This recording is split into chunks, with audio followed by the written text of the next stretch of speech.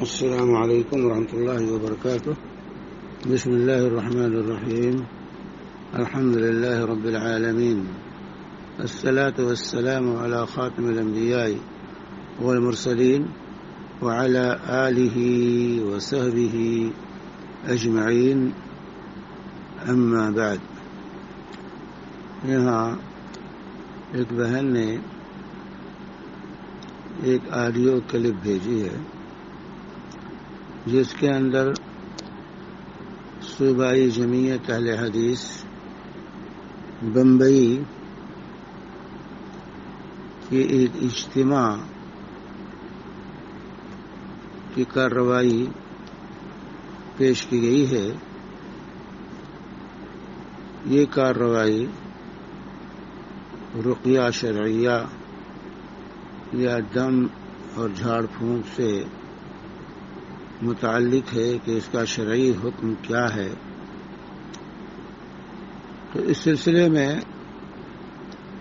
اس اجتماع میں جید علماء نے شرکت کی ہے، جس کے اندر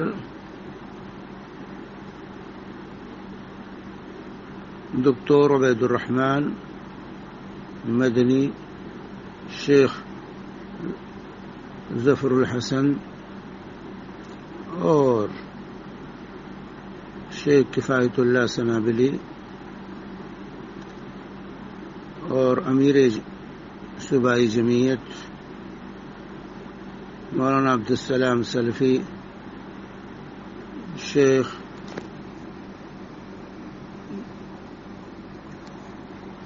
مقیم فیضی اور اس طرح دیگر انصار زبیر محمدی اور دیگر علماء کرام نے اس میں شرکت کی. اور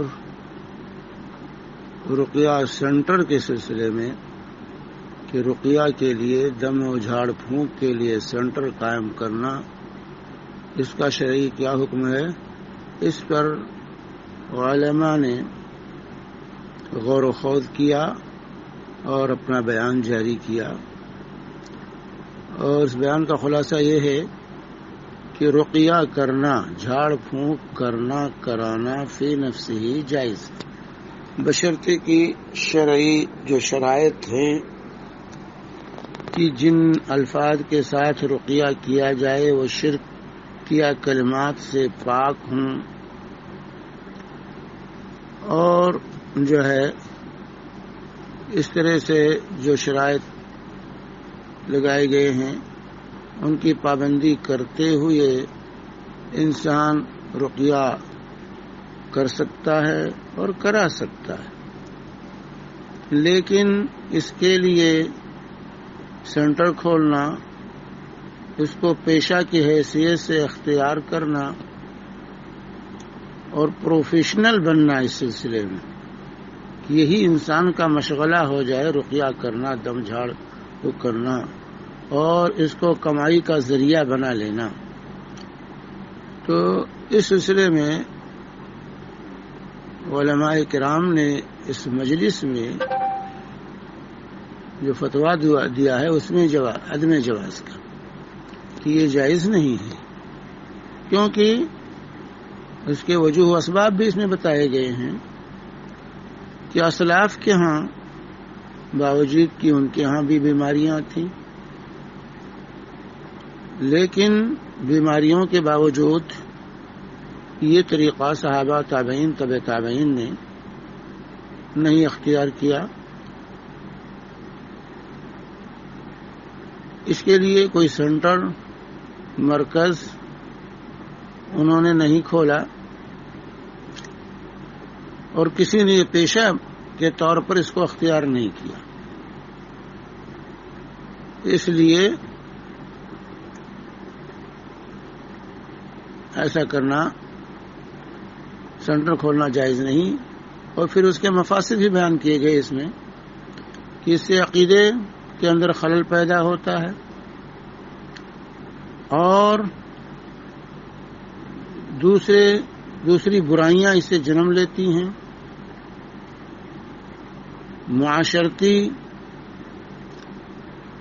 اس سے فساد برپا ہوتا ہے. اس کے مفاسد کا ذکر کرتے ہوئے علماء نے رقیہ سینٹر کھولنے، جھاڑ پھونک کے لیے دکان لگانے کو ناجائز قرار دیا ہے.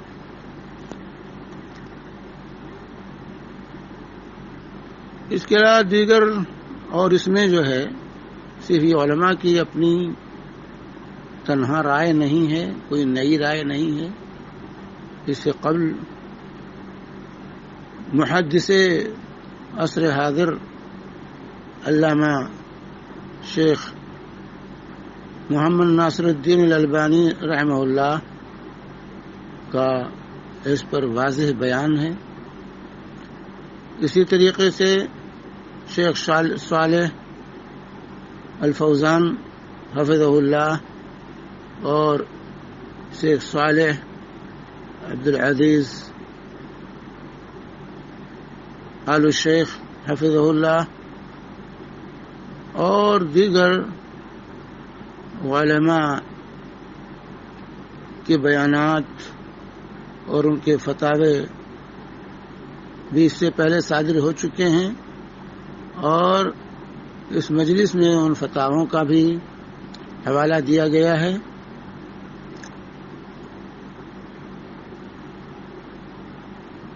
تو اس سلسلے میں ایک بہن نے یہاں اس آڈیو کو بھیج کر میری رائے معلوم کرنی چاہیے کہ آپ کی کیا رائے ہے، اس بارے میں تفصیل سے جواب دیں. تو اولاً تو یہ واضح ہو کہ میں کوئی صاحب رائے نہیں ہوں، میں ایک چھوٹا سا طالب علم ہوں، اور رائے یہ بڑے علماء دیا کرتے ہیں. لیکن جو یہ قضیہ آج ابھرا ہے اور یہ بمبئی اور اس کے مضافات میں ایک فتنہ بن چکا ہے، مؤیدین اور مخالفین جو ہے دونوں طرف سے جو ہے اس سلسلے میں بیان بازیاں ہو رہی ہیں. یہ غلط، بیان بازی غلط. انسان کو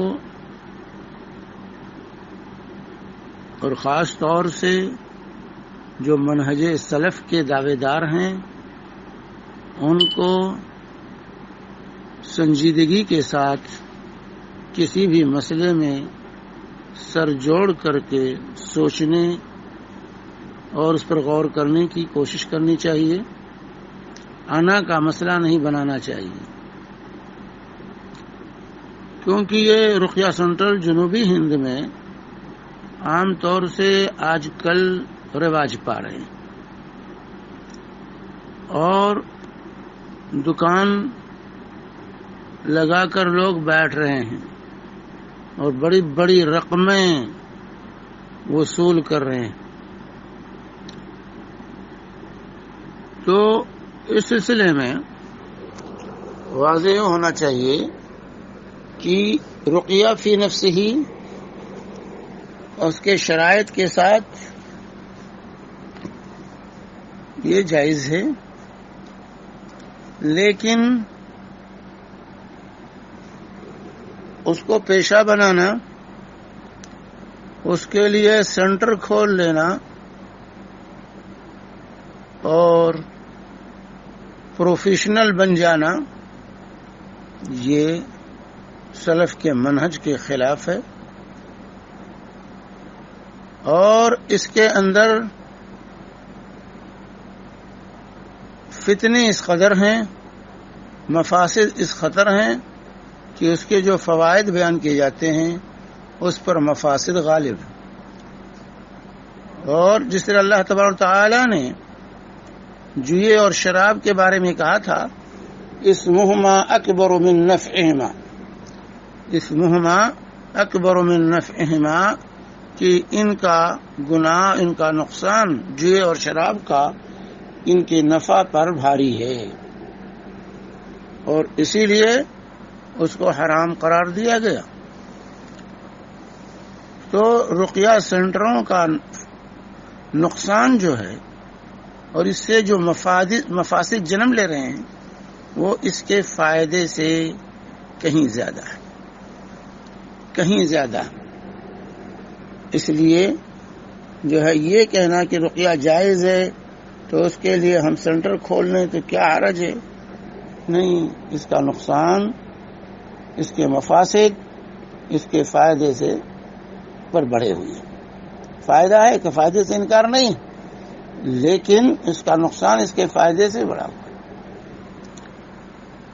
اس لیے اس حرکت سے کم از کم علماء اہل حدیث کو دور رہنا چاہیے. اس کو پیشہ کے طور پر اختیار کرنا اور اس کو جو ہے اپنا مشغلہ بنا لینا یہ کسی طرح سے روا نہیں. کیونکہ مشغلہ بنانے کی صورت میں، پیشہ بنانے کی صورت میں انسان رقیہ کے شرائط کو پورا نہیں کر سکتا. ہر ایک اپنی دکان، اپنا سینٹر چمکانے کے لیے الٹی سیدھی حرکتیں کرنا لوگ شروع کر دیتے ہیں اور رقیہ کے اندر پھر وسعت پیدا ہوتی اور بہت سی نئی چیزیں اس میں داخل کرنے کی لوگ کوشش کرتے ہیں تاکہ ہمارا سینٹر جو ہے ترقی کرے اور زیادہ سے زیادہ گراہک ہمارے پاس آئیں. تو جن نقصانات کا علماء نے ذکر کیا ہے، عقیدے کی تباہی اس حیثیت سے کہ بجائے اللہ کے کلام پر یقین رکھنے کے، اللہ پر توکل رکھنے کے، رقیہ سینٹر کی شکل میں، پروفیشنل بننے کی شکل میں لوگوں کا، مریضوں کا اعتماد جو ہے راقی کے اوپر ہو جاتا ہے کہ فلاں راقی کے پاس چلو تو فائدہ ہوگا، فلاں راقی جب رقیہ کر دے گا، دم کرے گا، فلاں دواڑی جب دم کرے گا تبھی فائدہ ہوگا، تب یہ بیماری دور ہوگی. اور یہ عقیدے کا خلل ہے، یہ عقیدے کا خلل ہے. اور خاص طور سے وہ رقیہ سینٹر جو انفرادی طور سے، شخصی طور سے لوگ اپنے گھروں میں کھول کر کے بیٹھ جاتے اور پھر اپنی وراثت چلتی، باپ ختم ہوا تو بیٹا آیا، بیٹا گیا تو پوتا آیا. تو ایسے جگہ جو ہے یہ فتنہ ہوتا ہے کہ رقیہ کے شرائط پورے نہیں ہوتے. ہمیں یاد ہے کہ ایک یہاں پر قطر میں ایک فلسطینی نوجوان تھا، وہ نیک اور صالح، وہ رقیہ کرتا تھا. ایک دن میں نے دیکھا کہ اس کے ہاتھ میں اشرف علی تھانوی کی قرآنی عملیات ہیں. وہ کتاب قرآنی عملیات لے کر میرے پاس آیا اور کہا شیخ دیکھو اس میں، کہ دیکھو یہ ہے، یہ ہے، یہ ہے. اردو میں ہے، وہ تو اردو تو وہ جانتا نہیں، لیکن اس میں جو آیات اور وہ چیزیں لکھی ہوئی تھیں کہ عربی کلمات، وہ کہہ رہا تھا دیکھیے اس کو کیا. تو میں نے اسے کہا اب یہی کام رہ گیا ہے بھئی، تمہارے لیے رقیہ تم کر رہے ہو تو سورہ فاتحہ سب سے بہترین رقیہ ہے، آیت الکرسی ہے، معوذتین ہے، قرآن کی آیات ہیں. تمہیں اسی طرح کی کتاب جٹلیات کو اختیار کرنے کی ضرورت ہے. تو یہ ہوتا ہے کہ انسان جب پروفیشنل بنتا ہے تو اسی طرح کی چیزیں جو ہے وہ پھر وہ جو ہے نقش سلیمانی اور بنگال کا جادو ایسی کتابوں کے پیچھے پڑ جاتا ہے اور پھر ان کو استعمال کرنا شروع کرتا ہے. نام تو یہ ہوتا ہے کہ قرآن سے رقیہ کر رہا ہے، لیکن وہ پھر دوسرے دھندے اس کے شروع ہو جاتے ہیں، کیونکہ اسے فکر ہوتی ہے اپنے سینٹر کو، اپنے مرکز کو جو ہے. اور اسی طریقے سے دوسری چیز، لوگوں کے اندر عقیدے میں جو خلل پیدا ہوتا ہے پورا معاشرہ بیمار پڑ جاتا ہے. ہمیں یاد ہے کہ دکتور علی مشرف جو جامعہ سلفیہ بنارس میں بھی استاد رہ چکے تھے اور جامعہ اسلامیہ مدینہ منورہ کے بھی استاد تھے، اچانک ایک حالات کے تحت انہوں نے رقیہ کے میدان میں قدم رکھا تو ان کی بڑی شہرت ہوئی. سعودی حکومت نے مدینہ میں ان کے لیے سینٹر کھول کر کے دے دیا، حال بنوا دیا.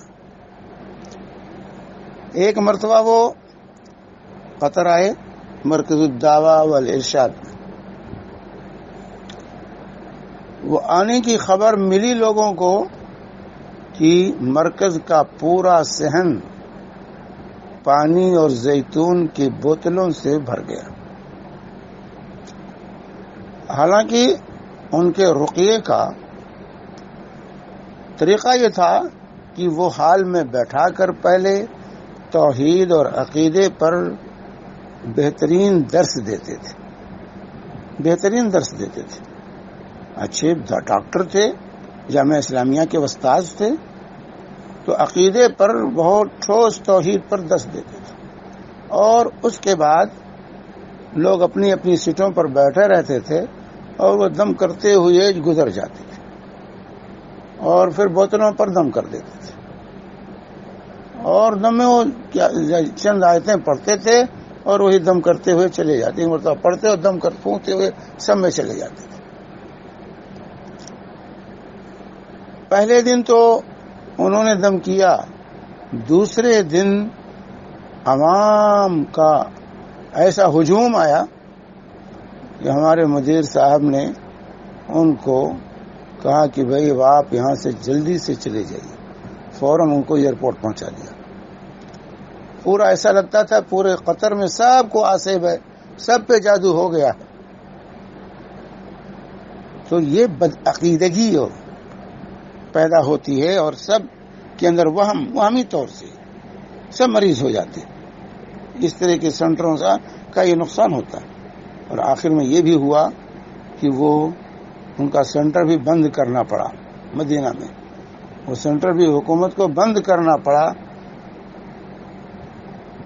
تو اس طرح کے فتنے پیدا ہوتے ہیں رقیہ سینٹروں سے. اس لیے یہ رقیہ سینٹر کھولنا بالکل صحیح نہیں. تو ایک تو بدعقیدگی، اور علاج وہ شرعی علاج نہیں رہ جاتا ہے بلکہ اس کے اندر آئے دن جو ہے نئی چیزیں جو ہے لوگ ایجاد کرتے رہتے ہیں. گرچہ وہ صحیح نہ ہوں پھر بھی اس کو لوگ اختیار کرتے ہیں. وسعت، رقیہ میں وسعت پیدا ہو جاتی ہے اور وسعت انتہائی خطرناک چیز ہے. پھر وہ شرعی نہیں رہ جاتی ہے، غیر شرعی ہو جاتی ہے. اور تیسری چیز اس میں یہ ہے کہ یہاں خواتین کا فتنہ اس فن میں پروفیشنل دائی بننے کے بعد اس میں جو ہے عورتوں کا فتنہ بہت بڑا فتنہ. اور اکثر راقی اس میں گرفتار ہو جاتے ہیں عورتوں کے فتنے میں گرفتار ہو جاتے ہیں. یہاں قطر میں وزارت الاوقاف کی طرف سے راقیوں کو اجازت ملتی ہے تب کوئی رقیہ کر سکتا ہے. میں مساجد ہی کو دیتے ہیں، اجازت دیتے ہیں، رخصت دیتے ہیں ان کو کہ آپ کر سکتے ہیں. کتنے راقی یہاں سے آج تک فنش ہوئے جن کا عقیدہ صحیح تھا، منہج صحیح تھا، سب کچھ صحیح تھا، لیکن جب رقیہ کرنا شروع کیا تو ایسی حرکتیں ہوئیں جس کی وجہ سے ان کو یہاں سے کچھ کرنا پڑا. ان کا ابعاد ہوا، باقاعدہ تجارت شروع کر دی اور عورتوں کے فتنوں میں لوگ مبتلا ہوئے. تو اس طرح کی فتنے جو ہے پیدا ہوتے ہیں کہ جن و شیاطین راقیوں کو بھی گرفتار کرنے کی کوشش کرتے ہیں. یہ واضح ہونا چاہیے. دل لبھاتے ہیں راقیوں کا کہ انہیں کو گرفتار کرو، ان کو برباد کرو. تو بہت بڑا فتنہ اس میں. ان کی تفصیلات یہ بیان کرنے کا وقت نہیں ہے کہ کس طرح لوگوں کی عزت و ناموس سے رقیہ کے نام پر کھیلتے ہیں. ایک واقعہ ہے، ایک خاتون نے فون کر کے بتایا، فون پر ایک خاتون نے بتایا کہ وہ کسی راقی کے پاس گئی رقیہ کرانے کے لیے. تو رقیہ کرتے کرتے تنہا گئی تھی، رقیہ کرتے کرتے راقی نے اس کو بھیج لیا، اپنے سینے سے لگا لیا، چلائی.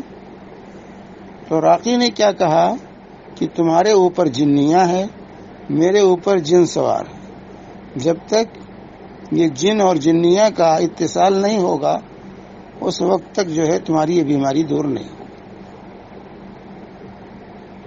دیکھیے، اس کے بعد وہ عورت اس دن تو چلی گئی گھر، دوسرے دن اپنے شوہر کو لے کے آئی. یہ اس خاتون کا بیان ہے، خود اس نے بیان کیا. اپنے شوہر کو اپنے ساتھ لے کر آئی رقیہ کرانے کے لیے.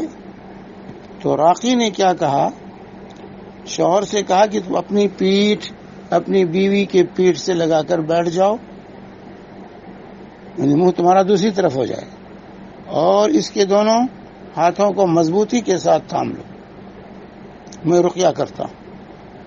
اس عورت کا بیان ہے کہ اس کے شوہر نے جیسا راقی نے کہا کیا، عورت بے دست و پا ہو گئی، شوہر دوسری طرف دیکھ رہا ہے.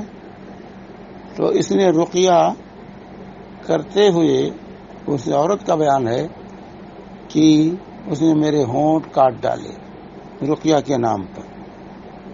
تو اس طرح کی خباثتیں رقیہ کے نام پر ہوتی ہیں. اس لیے رقیہ سینٹر یہ صحیح نہیں ہے.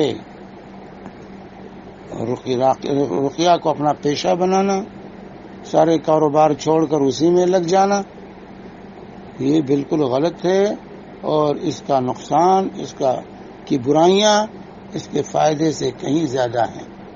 اس لیے اس سے باز رہنا چاہیے. مجھے یاد ہے میرے کسی استاذ نے بتایا تھا جامعہ سلفیہ میں کہ شیخ عبید اللہ مبارک پوری محدث، شیخ الحدیث رحمت اللہ علیہ نے اپنی زندگی میں کبھی سوچا تھا کہ انہوں کا بیان ہے کہ میں نے سوچا کہ لوگوں کو فائدہ پہنچاؤں رقیہ کے ذریعے، لیکن جب میں نے اس کے مفاسد پر غور کیا تو پھر ہمت نہیں ہوئی اور میں نے اس کو ترک کر دیا. رقیہ کرنا ہی میں نے اختیار نہیں کیا، کسی کو رقیہ کرنے سے گریز کرتا رہا زندگی میں. تو اس کے مفاسد جو ہے بہت زیادہ، اسمہما اکبر من نفعہما، اس لیے اس کو رواج نہیں دینا چاہیے اور اس سے دور رہنا چاہیے. سینٹر قائم کرنے، اس میں جو ہے اس کو پیشہ بنانے سے دور رہنا چاہیے. اس میں نقصانات بہت زیادہ، اس کی برائیاں بہت زیادہ ہیں معاشرے میں. تو اس لیے راقی بھی برباد ہو جاتا ہے، اس کا عقیدہ بھی برباد ہوتا ہے. غلط طریقے رقیہ کی اپنی دکان چمکانے کے لیے اختیار کرتا ہے، اور پھر جو ہے نقش سلیمانی وغیرہ کے چکر میں لوگ آ جاتے ہیں، اور پھر دوسرے جو ہے رقیہ کرانے والوں کے عقیدے برباد ہوتے ہیں. اور کیونکہ اللہ پر توکل چھوڑ کر راقی پر توکل کر بیٹھتے ہیں، اور پھر اس کی وجہ سے جو ہے معاشرتی جو بیماری اور جو فساد برپا ہوتا ہے، جو ہے عورت کا جو فتنہ شروع ہو جاتا ہے، یہ انتہائی خطرناک ہے. کیونکہ اس میں نفس جو ہے، جیسے شاعر نے کہا نا، وہ فاتحہ جو پڑھ کے ایک سمت مڑ گئی، پیر مغا کے ہاتھ سے تسبیح گر گئی. تو یہ انتہائی خطرناک پہلو ہوتا ہے. تو مال اور پھر مال کا فتنہ، پھر مال کے خاطر لوگ بہت سی چیزیں کرنا شروع کر دیتے ہیں، اور مال سمیٹنے کی جو ہے کی دوڑ میں جو ہے آگے بڑھنے کی کوشش کرتے ہیں. تو یہ سب مفاسد ہیں رقیہ سینٹروں کے. اس لیے جو ہے رقیہ سینٹر کھولنا یہ صحیح نہیں ہے، اس سے اجتناب کرنا چاہیے. تو اس اجتماع میں، صوبائی جمعیت کے اجتماع میں علماء نے جو قراردادیں پاس کی ہیں وہ بالکل صحیح ہیں. اسی میں امت کی خیر اور فلاح ہے، اسی کو ہمیں اختیار کرنا چاہیے. اللہ تبارک و تعالی ہر طرح کے فتنے سے ہمارے معاشرے کو محفوظ رکھے.